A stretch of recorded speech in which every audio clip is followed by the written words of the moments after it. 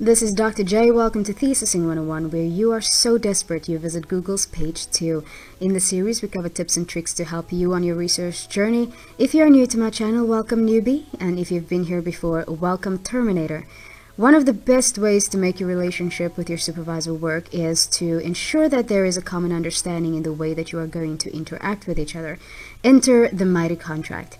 And that, my friend, is what we are going to be focusing on today. If you want to see more videos like this, please like and subscribe and leave a comment or two. I get lonely sometime. Let's get right into it. In the previous session, we spoke about the roles and responsibilities of those in the research circle. You, the researcher, are in charge and accountable for your own research journey. The lecturer brings awareness and equips you with tools and techniques, and the supervisor acts as your guide. If I've said it once, I've said it 1,000 times. This is your journey. You decide how it plays out. Much of the research journey is not about the research itself, but it is about the relationships that you build. And the relationship with your supervisor is one you need to manage closely. One way that you can do that is through a memorandum of understanding. This is an agreement or contract between the student and the supervisor that is done in the beginning of the research journey and that is renewed on an annual basis. In the MOU, you will formally agree things like expected milestones, engagement preferences, support required, funding, and authorship of any published work. Much like the previous lesson in the series, I will only be focusing on the first 3 items as they are universal. I mean, not everybody will publish and not everyone requires their supervisors to fund their research. Let's start with expected milestones. When it comes to planning your milestones, be realistic and make sure you manage your supervisor's expectations. This, of course, applies mostly to master's and PhD students, as honors and third-year researchers usually have set deadlines that neither the student nor supervisor have any real control over. So, from a master's level and up, more often than not, you, the researcher, will dictate the pace of you completing your research journey, as the university may provide a final deadline, but not necessarily milestone deadlines. However, there are supervisors that may want you to work according to their pace, which can create a potential for conflict. So it is your responsibility to raise concerns if the deadlines provided are unrealistic based on other commitments.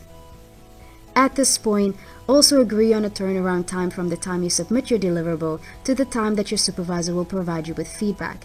For instance, I have a 2 working day turnaround time with my students if we agreed on the date of submission at least 1 week prior to the actual submission. If they send their deliverable out of the blue without prior notification, the turnaround time then becomes 2 weeks. If you do not agree on the turnaround time up front and your supervisor takes their own sweet time to give you feedback, it will be very difficult for you to complain about it. Not only will a disagreement on the subject create a rift between you and your supervisor, it can also impact on your ability to meet due dates for your milestones. So make sure that this is discussed and agreed. Let's move on to engagement preferences. And this covers everything from how often you and your supervisor meet to the method of communication. When it comes to the frequency of meetings, there are a couple of things that you need to consider. 1, would you like to have recurring meetings? Or 2, would you like to meet with your supervisor on an ad hoc basis?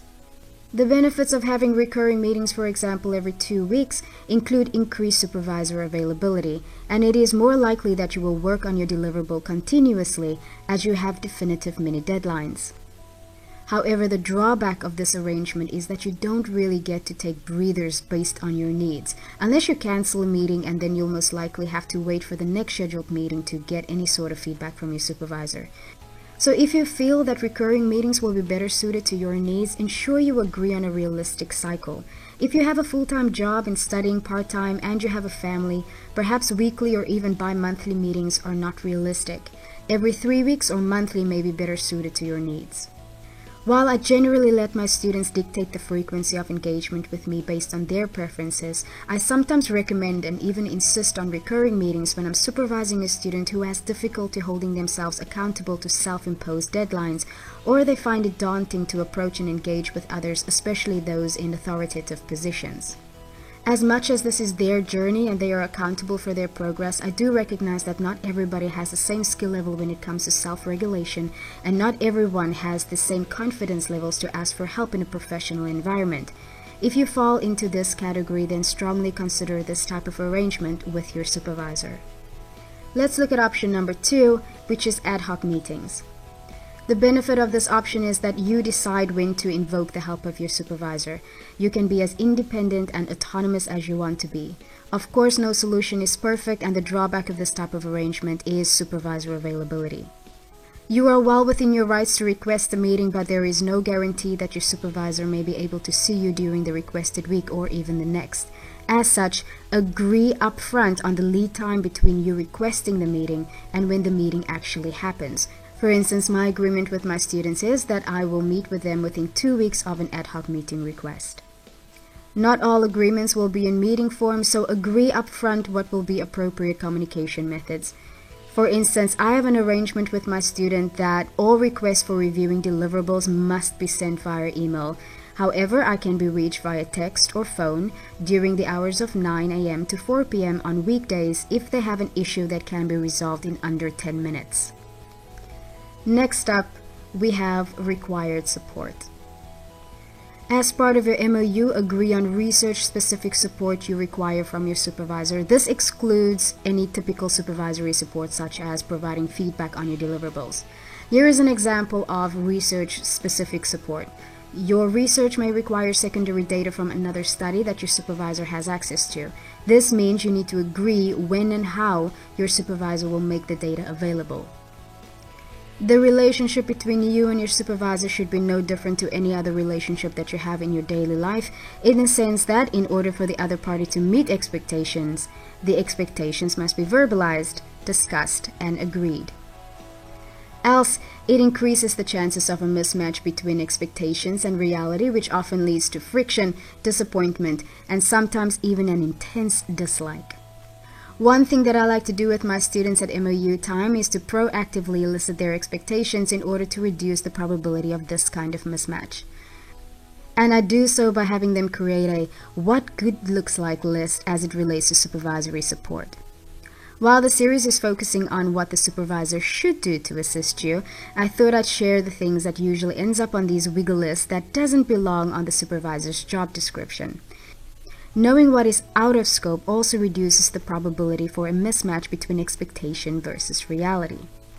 The first is usually the top expectation, and that is that the supervisor will assist with creating the deliverable, as in collaborating with the student. This is not going to happen. To reiterate what we spoke of in the previous tutorial, you make the research decisions, you create the deliverable, and the supervisor evaluates and gives feedback. Another common expectation is that the supervisor will share journal articles and books. This is something else that is unlikely to happen. I mean, on the rare occasion I have sent an article to a student, but only when they lack the experience to make the connection between a key paper and their research. Part of the skills you need to demonstrate in the research program is navigating through existing literature and synthesizing the work. By feeding students relevant literature, the supervisor could do them a disservice.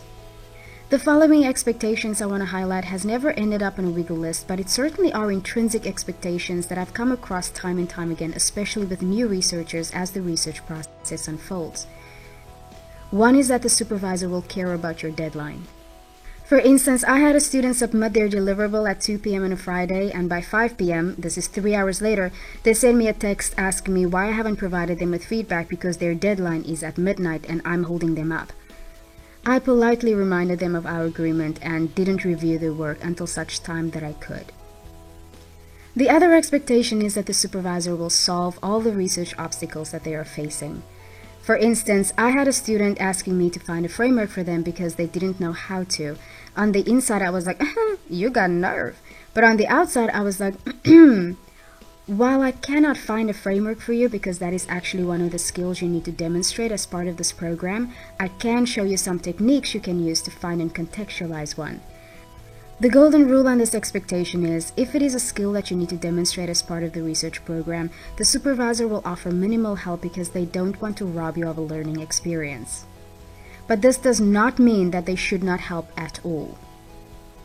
While of course it is best to discuss these things in a lot of detail as part of your MOU, I do know that it quite often just ends up being a tick box exercise in the beginning of the year that doesn't go beyond the high-level requirements as prescribed by the contract. Since this is your journey, take the lead on this and create a wiggle list of your own and discuss and agree that with your supervisor. If cracks in the relationship between you and your supervisor are already showing as a result of not having these conversations, feel free to schedule a meeting with them now and get agreement. Yes, it is awkward to have these discussions because of unmet expectations, especially if you are a little mad and perhaps a lot frustrated, but it is still better than not having the conversations at all. If the cracks are there because of personality clashes or the supervisor is just not doing the bare minimum job, then check out my video on conflict resolution because that is a total different ballgame. That's it from me. If you have any questions, please add it to the comment section. Like this, share this, subscribe to this. This is Dr. J, signing off.